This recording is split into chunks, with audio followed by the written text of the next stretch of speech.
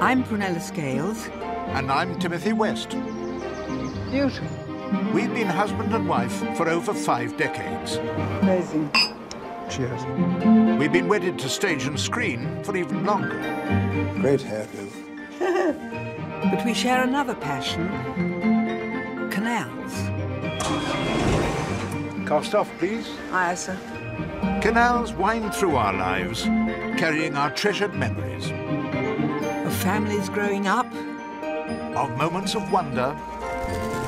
And hidden beauty. Is this the most remote canal we've ever been on? I think it probably is, yes. Of love. And laughter. Sorry about that. Things are a bit harder for me these days. I'm not strong enough. But we get by. We're at the summit. Hooray! Prue has a slight condition. It does mean she has difficulty remembering things. Oh, my darling, I'm so sorry. I didn't cast you off. One has to recognize that Prue's domestic life is getting a little narrower by the day. Well, it can be a nuisance. It doesn't stop me remembering how to open a locked gate or make the skipper a cup of tea. OK, cast off. OK. We'll be exploring new countries. It's amazing, isn't it? And following new routes. I'm lost now. But one thing stays the same. We're always together. Let's stay right here. So peaceful.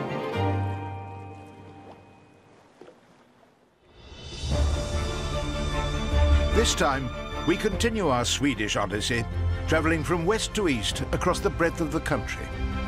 There's still quite a lot of Sweden left. You up for another adventure? Yeah. Swedish archipelago, here I come. Having already travelled 240 miles on this epic voyage, we've reached the halfway point. Ahead lies the vast lake Mälaren, Sweden's capital city, and the far-flung islands of the archipelago. That's if we don't get completely lost. Don't quite know how I'm going to get into the canal. Can't get under that bridge. The same goes for this one up here. You'll find a way. On this second leg, we'll be following the route of the Vikings. Let not your courage bend. Here your life must end. Fine. Well, thanks a lot. We'll experience Sweden's age-old traditions. Skål! Skål. And tread the boards of one of the oldest theatres in the world. For within the hollow crown that rounds the mortal temples of a king keeps death his court. Our Swedish odyssey may take us far from home, but it leads us to reflect on our own lives. Having a fantastic husband and some lovely children, you know, I think I'm a very lucky person.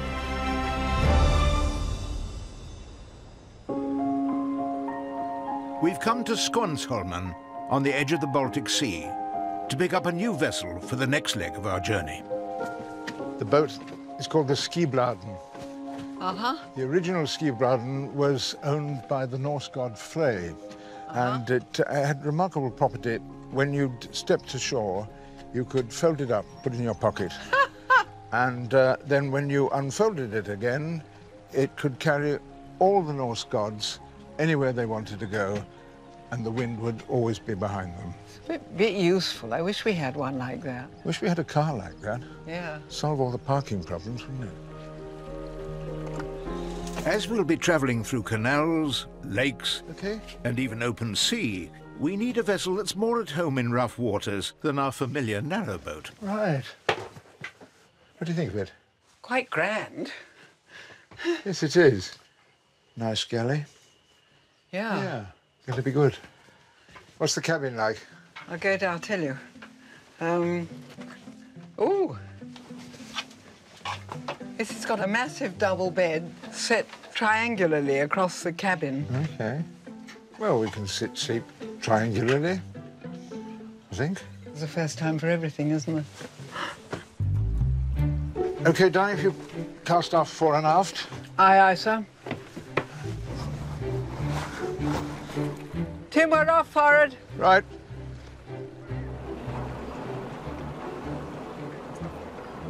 Two canals, thousands of islands, and the Baltic Sea. Our Swedish Odyssey. The next leg of our voyage across Sweden will take us from the Baltic through the Södertälje Canal to Lake Mälaren and the Viking settlement of Birka. Heading to the home of Sweden's royals, we'll then sail on to the capital city. Travelling out along the Bogenstäcket Canal and past the islands of the archipelago, we'll reach the very eastern edge of Sweden.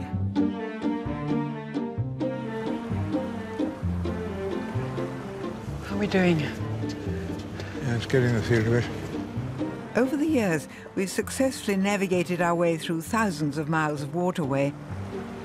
But this voyage is unlike any other we've attempted before. What is that vessel? That's a tanker, yeah. Yes, I'm not used to having something like that following me up the canal. I think it's safer if we let the larger vessel go by. Not the sort of thing one sees every day on the Oxford Canal, is it? No, that's quite considerable.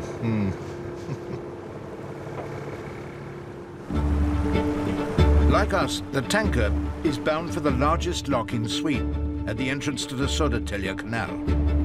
As a natural channel linking the Baltic with Lake Mälaren, it's been an important trade route throughout Sweden's history. But it wasn't always deep enough to take oil tankers. In fact, by the end of the Viking era, parts of the channel had dried up completely. Mariners were forced to drag their ships across on logs, and this once crucial Viking route was eventually abandoned.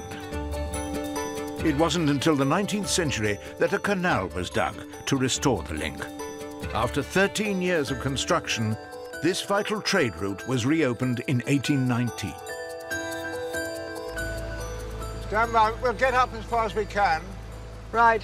It's one of the widest locks I've ever seen. I mean, how many craft is it supposed to take? Are we in? Hey, good. No, we're fine. The gates might be built on a massive scale, but the rise and fall of the water level is incredibly small. Tim, are we going up or down? Up. Yes. Right, okay. But only 50 centimetres. 50 centimetres? Yeah? What's the idea? Why bother? Well, otherwise you'd be going uphill, wouldn't you? It's tricky for water.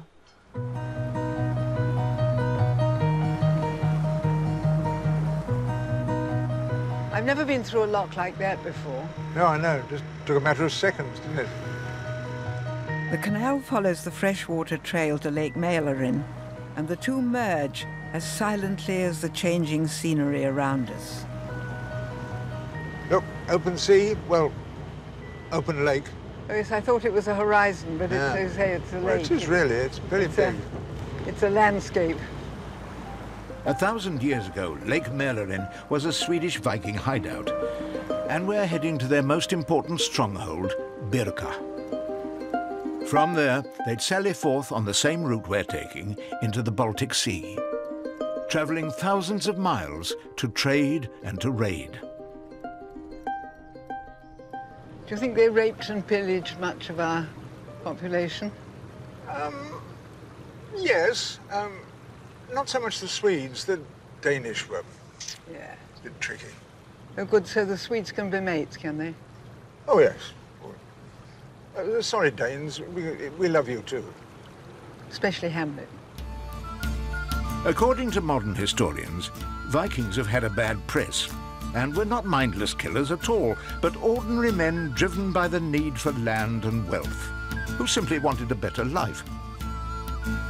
Vikings had feelings. Whatever next? We're about to land at Birka. It's a chance for us to discover the truth about Swedish Norsemen. Here to greet us is our very own Viking guide. Let me give you a handoff. Wow, it's very high, isn't it? Yeah, it is. Thank you very much. You're more than welcome. I needed you. First Viking impressions, dashing. Fine. Yeah, it's quite high, isn't it? All right. Welcome to Birka. Lovely to be here. Thank you. Good to hear. Mind the gap? You're very polite for a Viking. Thank you very much. I try my best. I'd like a hand. Yes, of course. Thank you. They would make the Prue's new best friend is leading us to the island's cemetery. Around 3,000 Vikings are buried beneath the mounds of Birka. When we find these standing stones on the graves, it's in almost all cases, it indicates there's a man buried. It's a raised stone like this. On the female graves, we can sometimes find more rounded stones lying on the top, but these are almost always men. It's a bit phallic symbolically, isn't it?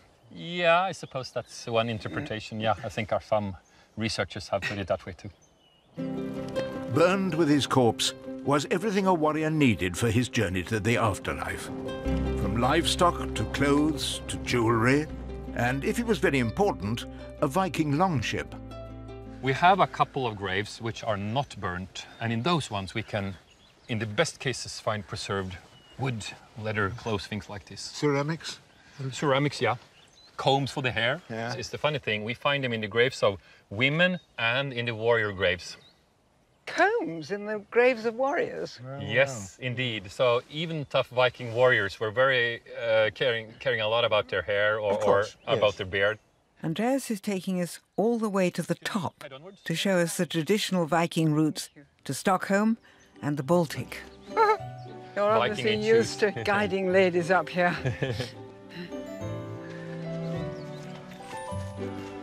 Don't mind me. Where do we go now? On? Continue just straight ahead. The worst part is done. You two carry on. Good. It's a wonderful view, isn't it? Yeah, it's a marvelous view over the lake. Swedish Vikings were making both plundering attacks and trading journeys. Here's the channel, the opening where Stockholm today is located. Right. So they would take their ships from Birka and they would travel out into the Baltic Sea and then further on.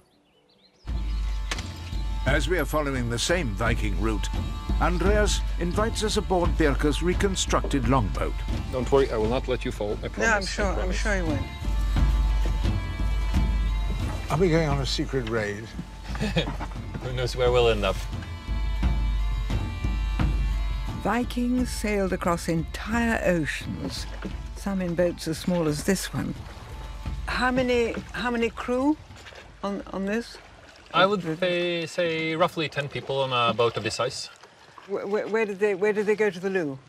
For go to the loo, you could go ashore, or you could just maybe go over over the end. side. Yes, of course. Well, like the fish and the beavers and everything else. Yeah.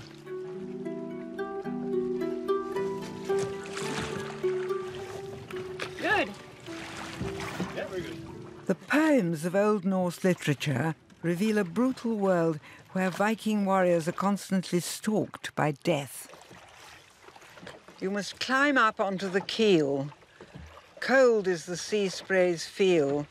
Let not your courage bend. Here your life must end. Did you hear that? Old man, keep your upper lip firm. Though your head be bowed by the storm, death comes to all at last. Fine. Well, thanks a lot. I think that's very depressing. Don't worry, your Viking warrior has a bit more life in him yet. Well, that's a relief. Yes, our voyage is far from over.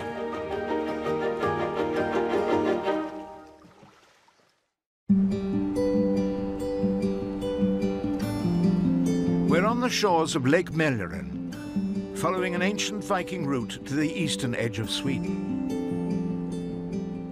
It's morning, and we should really be eating a true Norseman's breakfast of pickled herring and rye bread. This is the biggest strawberry I've ever seen. Yeah. This is the second biggest.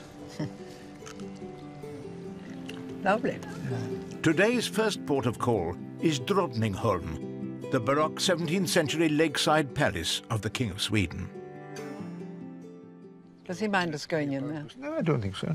The Drottningholm Theatre, which is attached to it, is the oldest working theatre in the world that's still in its original condition. Brilliant. Older than Bristol Old Vic. The same age as the Bristol Old Vic, but of course the Bristol Old Vic has been changed throughout the 250 years. Cast off. Cast off, please, Prue. All right, you're off. We're heading for the Royal Palace of Drottningholm, sited on one of Lake Mälerin's islands. We just have to find the right one. Unfortunately, there are over 8,000 to choose from. These little islands can be very confusing. You think you've turned behind one of them and you realise you've missed it or haven't got there yet. Bit harder than canals, isn't it? Yeah, lakes are different, and lakes with little islands are harder.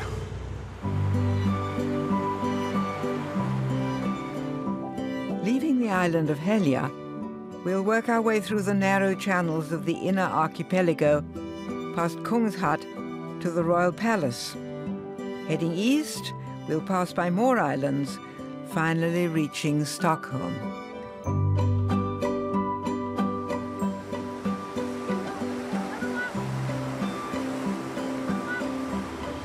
Lovely traditional sailing boat back there. Yeah, wasn't it? I wish we could sail.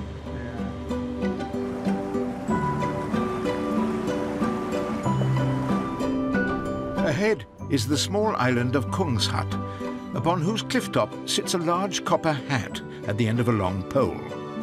And it's been there for 400 years. Odd lot, the Swedes. That is the king's hat. A Swedish king was being pursued by his enemies. He jumped off that cliff. Oh my God. And survived the fall and swam away to safety. The only thing that came off during the fall was the king's hat. So the enemies just had to make do with his hat. And it's custom every time a sailor passes to salute the hat, which I'm now going to do.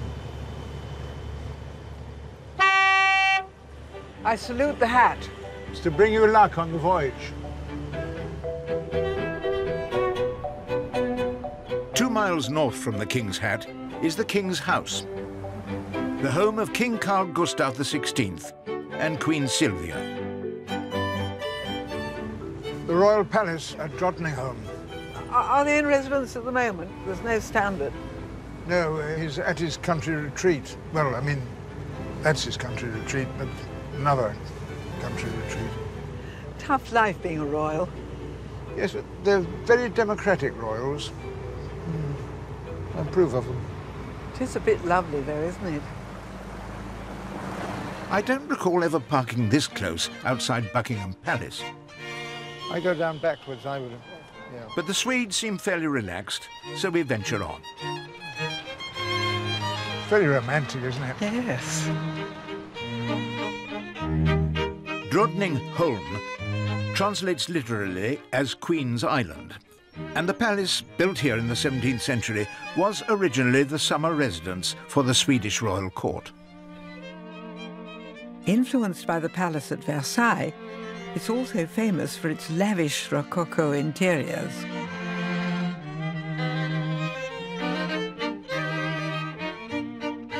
Drottningholm is a feast for the eyes, but we are most excited about the building behind the palace, an almost sacred place for thespians.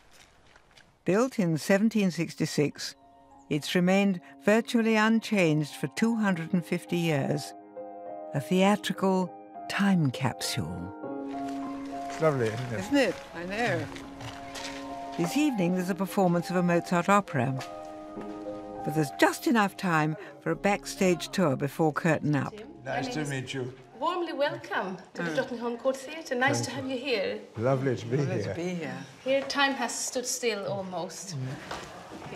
So now I will show you one of many bedrooms. Please step inside. A bedroom? Yes. Can you explain to us why there are so many bedrooms in a theatre? Because people lived here, the French actors and the opera singers.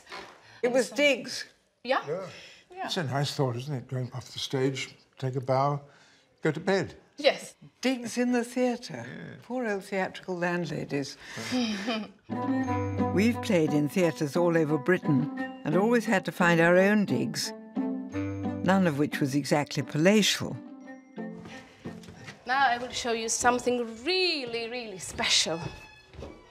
Drottningholm's heyday was during the reign of the actor King Gustav III, who was so keen on the theatre, he both directed and performed in plays himself.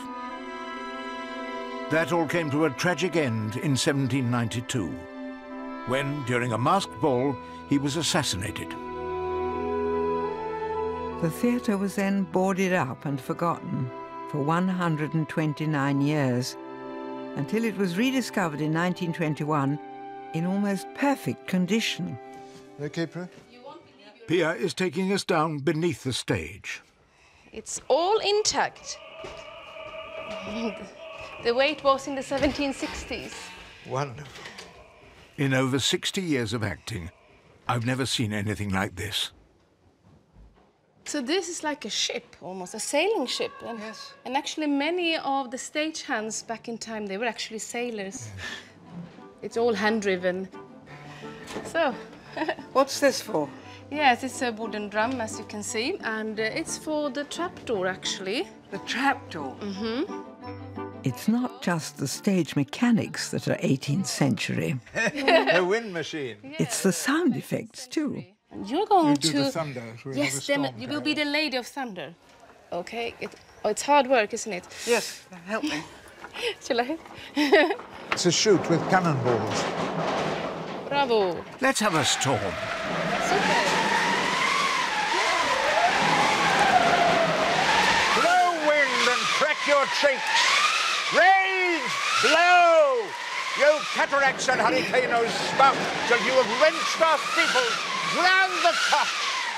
You sulphurous and thought-executing fire. That's very good. Yeah. Hard work, is it? You're exhausted, huh? So, here we go. All right. Here we have the stage. All right. And now the moment we've been waiting for. To tread the same boards trodden by actors in centuries past, performing on this stage before courtiers and kings. It's wonderful. So this is something, huh? It's something. Yes. And what sort of plays did they do at that time? In the beginning, French classical drama Yeah. was very popular indeed. Prue, you could do a bit of French drama, couldn't you? The bourgeois gentilhomme? Yes. Well. Qu'est-ce que c'est donc, mon mari, que cet équipage-là? Vous manquez-vous du monde de vous être fait en un acheté de la sorte? Et avez-vous envie qu'on se raille partout de vous? Il n'y a que des sots et des sottes, ma femme, qui se railleront de moi. That's what you say. Yeah, that's right, yeah. Lovely. Wow, that's my Prue. Well, it's a wonderful acoustic, isn't it? Let's talk of graves, of worms and epitaphs. For within the hollow crown that rounds the mortal temples of a king keeps death his court. And there the antic sits, scoffing his state and grinning at his pomp, allowing him a little breath of scene to monarchize, be feared and kill with looks. And humoured thus, comes at the last, and with a little pin bores through the castle wall. And farewell, King. All right? Tu me fais pleurer.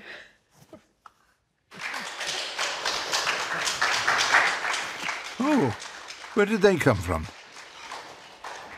Yes, it sounds wonderful, doesn't it? Yeah. Well, I mean, Yeah. it seems like- Yes, brilliant. Sadly, we can't stay for this evening's performance of The Marriage of Figaro, as it's time for us to head to our next mooring.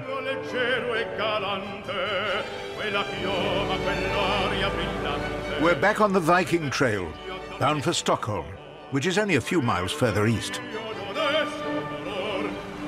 Non ti avrai quei pennacchini, quel cappello, quella piova, quell'aria brillante. There we are, Stockholm. The city, yes, it's magic. Wonderful colour. All those spires. Yeah. Looks like a pincushion. And one of the tallest pins is the Stadshuset, the city hall. It's most famous for holding the annual Nobel Prize banquet. It's a wonderful place. I'm looking forward to seeing more of it. Stockholm is threaded by a number of different waterways, and we still haven't found the right one to take us to our mooring. Don't quite know how I'm going to get into the canal. Can't get under that bridge, it's too low. think the same goes for this one up here. The slightest idea of what's happening now. You see, I don't know whether I don't know what I'm doing. You'll find a way. No, can't go that way. It's been blocked off. Oh. I'm trying to get to our mooring in Strommen Bay, which is not far beyond that bridge. If only we could find the route to get there.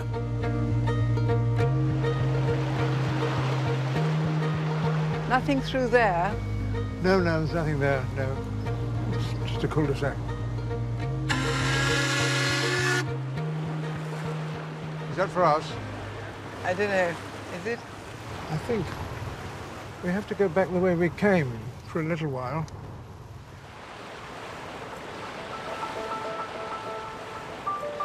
The west yet glimmers with some streaks of day. Now speeds the weary traveller apace to gain the timely inn. Was that Macbeth? Yeah. Oh, come on, darling. Things aren't that bad, are they? In Stockholm, at this time of year, it doesn't get dark until 10:30, which is lucky because it looks like we'll need all the light we can get.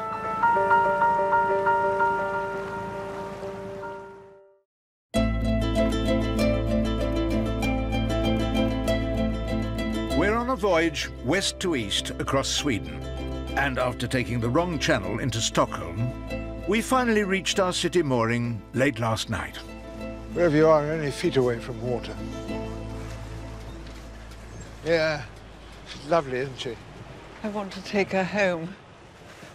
Built 1880 at Whitehaven. Oh, brilliant. A British job. Now a youth hostel. Really?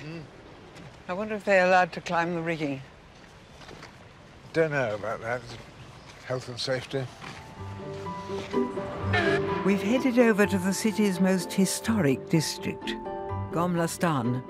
Originally the site of a fortress built to guard against pirates, today it's a cluster of 17th and 18th century buildings linked by a maze of medieval alleys. This is the oldest part of Stockholm. Right. Lovely Dutch-style houses. Yeah. Look at that skyline. Wonderful combination of colours. It's beautiful, isn't it? Lovely lamps. Oh, yes. Oh, yes. Stockholm is a city built on water. 1/3 of it is made up of channels, bays and canals. Today, boats and ferries provide an important and safe mode of transport. But that wasn't the case 400 years ago, when, here in Stockholm harbour, Sweden suffered her most embarrassing naval disaster. The Swedish ship Vasa, pride of the Swedish Royal Navy. Indeed, they thought so well of it that at the last minute they decided to add an extra gun deck housing a number of heavy cannons. The whole city had turned out to watch her maiden voyage, which lasted a mere 20 minutes.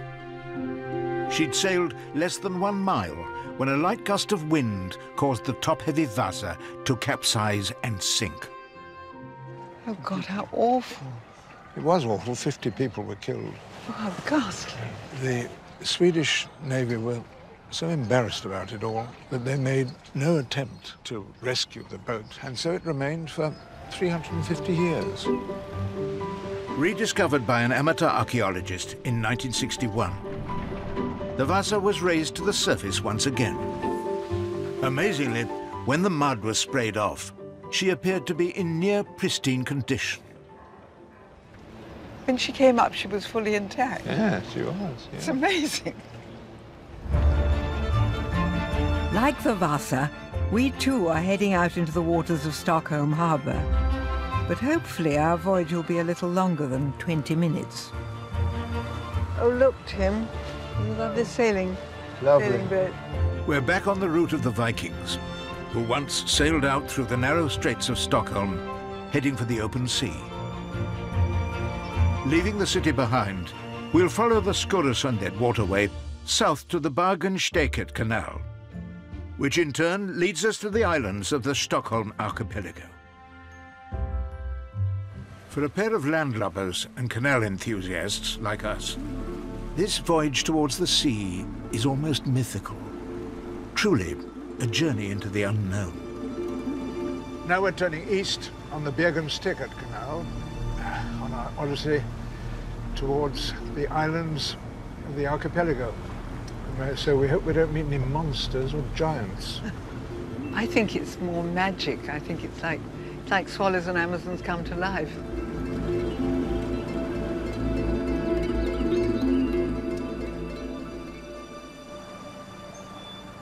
Timmy? Yeah. Can we get one of those? What, the house? Yes. If one could live one's life again, would one come back as a Swede or something? But no, I love the English countryside, and I've been very lucky in being reasonably fully employed and having a fantastic husband and some lovely children, you know. And I think I'm a very lucky person. And so am I, lucky to share my life with Prue.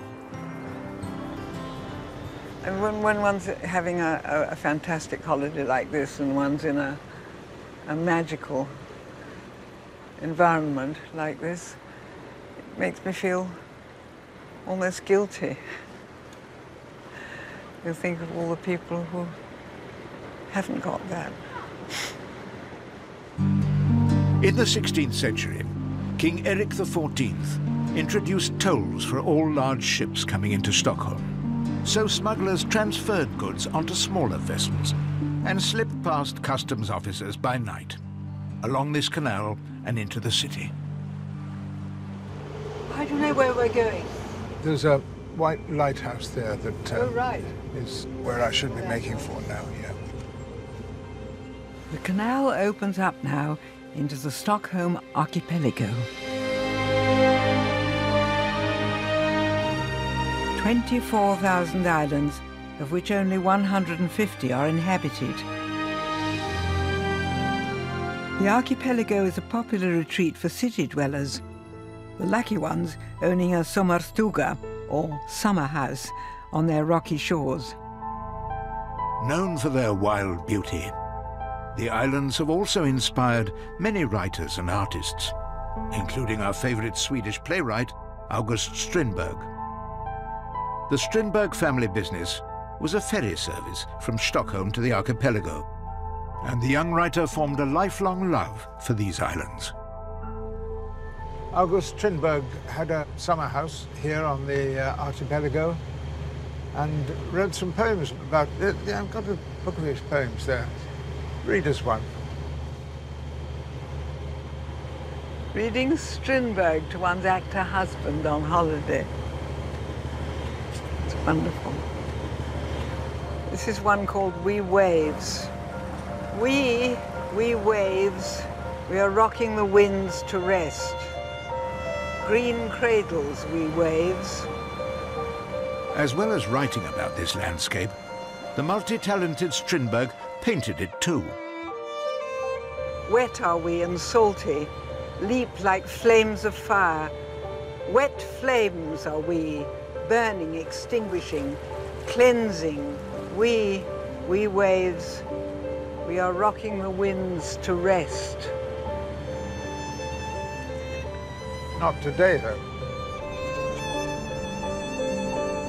Strindberg's writing and painting expresses a certain Swedish melancholy. The Swedes have that strange streak of dark morbidity about them. It's so amazing in this beautiful, idyllic countryside. There is certainly a Swedish tradition of the moody loner, most recently found in the crime thrillers of Nordic noir. Now popular all over the world, the Wallander series was one of the first, and features a murder detective with a tortured soul. Krista, hello! Hello! I'm sorry for the weather. Hello. Fellow actor Krista Henriksson plays the title role and joins us to share his thoughts about the Swedish psyche. Welcome aboard. So nice to meet you. The British have an idea about the Swedes as being dark, unforgiving, inward-looking and gloomy. Not true, is it? Or? But I think you become what's around you. We are surrounded by darkness all the time. I mean, we have 1 month during summer when there is light. For the rest of the year, it's dark. And then you became dark in your soul. Yeah. The changing seasons and the landscape influence so much of Swedish writing, including the Wallander series. You know, it's a landscape which is very, very lonely. And then you have the sea, this Baltic Sea, and on the other side you have Poland. It's far, far away. When you were there, going in that landscape, you in a way became Wallander. You felt that loneliness, Yes. what the landscape did to you. Yes. I think that's what creates you. It's what the scenery is around you. You in a way become like the landscape. Yeah, yeah. Intriguing, yes. Yeah. Yes, I understand what you're saying. To become like the archipelago, wild and beautiful, but lonely, and in winter, dark and desolate. It's lucky then that we have a few more days of summer left. What do you call this when the surface is shimmering? Shimmering, yes. Shimmering. Yes. It reminds me of a troubadour who lived here in the archipelago, and he wrote beautiful songs, songs which every Swede knows. One of them is I Sing for You, Prue. Yes, all right, I'm listening. Så skimrande var aldrig havet, som när du gick vid min sida, vid min första kyss. My first time I kissed you, darling, and the sea was shimmering when I did that. Lovely. Lovely, lovely. Thank you, I'm very flattered. The sea was never more shimmering than when you walked by my side into the sunset. The evening never more enchanting than when you drowned all my sorrows, darling, in your first kiss. Well, that's lifted the spirits. Prue's anyway. As we head onwards towards the eastern fringes of the archipelago and our final destination.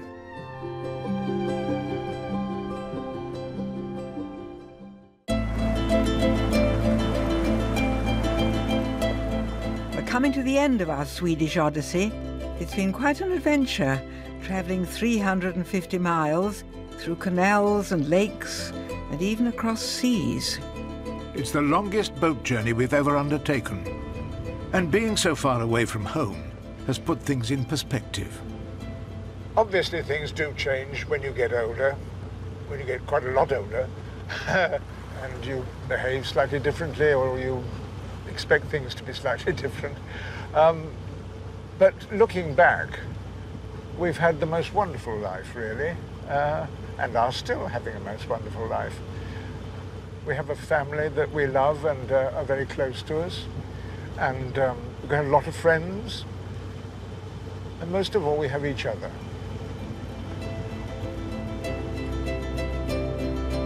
Not like you to dwell on the past. You're the one who's always looking to the future. We've been following the Viking trail ever eastwards. Long ships sailed this way 1,000 years ago on their legendary voyages deep into the Russian heartlands. But we're not going quite that far today. Our journey's end is Sweden's last inhabited island. We're going to the island of Sandheim, where we will meet a lady called Vivica Stein, who was trained as a lawyer, writes crime novels, and is an expert on cookery. Which is quite good, isn't it? Yeah. How does she fit it all in? I don't know. We'll see. Vivica sets her novels on the island and knows it intimately, as her family has lived on Sandhamn for almost 100 years. Hello. Hello. Welcome to the Swedish archipelago. Thank you. Thank you. Welcome to my home. Thank you. Hello. Hello. How are you? Very well. So let me introduce you to Sandhamn, my beloved island. In the winter, only 89 people live here.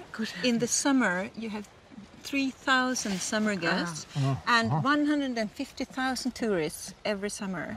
So you can imagine the difference. Gosh, yes. It wasn't always so popular. In fact, it was barren and uninhabited until the late 17th century, when the King of Sweden ordered a customs toll house to be established, and the island began to develop. So this is the absolute eastern edge of Sweden. Absolutely. You know what? If you miss Sandhamn, you will end up in Estonia. Yes. There's it's a only the sobering Baltic thought. Sea out there. Yeah. This is the last outpost. Most of the houses here were actually brought from other islands. Then they would reassemble them once they arrived here. So that house is almost 250 years old. Isn't this the absolute loveliest alley that you can imagine? I think it's so pretty with the flowers. Beautiful. And that house is from 1700 something. Oh, goodness. It almost doesn't look real, does it? No, it's a toy village.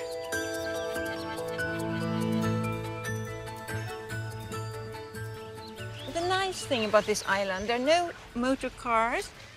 That's right, there are no cars. No, exactly. No, you have a few... Until you said that, I hadn't noticed. It's God nice, forgive isn't me. it? So Wonderful, hooray. Okay. Right, yes, fine. To celebrate the end of our voyage, Viveka has invited us to a traditional Swedish crayfish party on the shore behind her home. My children. Hello, how do you do? How do you do? Hello, hello. A ritual since the turn of the last century, the crayfish party symbolises the end of the summer. It's a beautiful, tranquil place, but thanks to Viveka's novels, it's gained a certain notoriety. Doesn't look like a place with enormous numbers of murders, but then... I have a neighbor who did the math, and he told me that so far I've killed off 5% of the population of Sandhamn. It's a little way to go, yes. If you consider the fact that there are only 89 people living on the island, I think the numbers are not bad. No. And I've only written 7 crime novels, so I'm still working on it. We were talking to Krista Eriksson and talking about the sort of essential darkness in the Swedish soul. And so does this mean that they have a natural affinity with murder, with corpses, with death? It's a very good question. I think maybe part of the answer is that we live in a very peaceful country. Yeah. We haven't been to war for 200 years. And maybe the fact that it's so very peaceful means that there's an affinity for reading about violence and murder. Yes. People tend to enjoy reading about horrible stories and crime novels and all kinds They know of... it won't happen to them. Exactly, because you know that you're still sitting in your cozy living room, snuggling with a cup of tea next to you, and that means that you can expose yourself to the horrors that you read about. Well, everybody needs a violence outlet of some sort, don't they? Absolutely. Do they, darling? What's yours? Well, acting, for goodness sake. All right. Yeah. I haven't hit you lately at all, have I? We need a schnapps song. Are you ready? Swedish crayfish parties are typically accompanied by a lot of schnapps and singing. Helan går, sjung hopp för lallan lallan lej. Helan går, sjung hopp för lallan lej. Och den som inte helan tar han heller inte halvan får. Helan går. The words to Hilan Gor essentially mean down in one. Skål! Skål. Skål. Sjung hopp för lallan lej. Hej. Skål! I can't reply with any English drinking songs, but I do know a verse or two from The Tempest, a play set on a magical island in the midst of a mythical sea. Our revels now are ended. These, our actors, as I foretold you, were all spirits and are melted into air, into thin air. And like this insubstantial pageant faded, leave not a wreck behind. We are such stuff as dreams are made on, and our little life is rounded with a sleep. Bravo! Beautiful. Bravo! Beautiful. Beautiful. Score. Thank Score. you. Score. Well done. Score from me.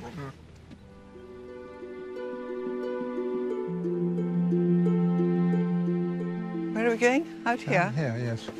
Ooh. It's all right, I'm not going to drop you. Sorry? I'm not going to drop you I in. think I might need a hand, actually. Okay. Our revels now are ended. Our journey has reached its furthest point. It's beautiful. We're on the edge of Sweden. Out there, the ocean, vast and unvisited. We're going to sail into it. I don't think so, not today. Let's stay right here. So peaceful.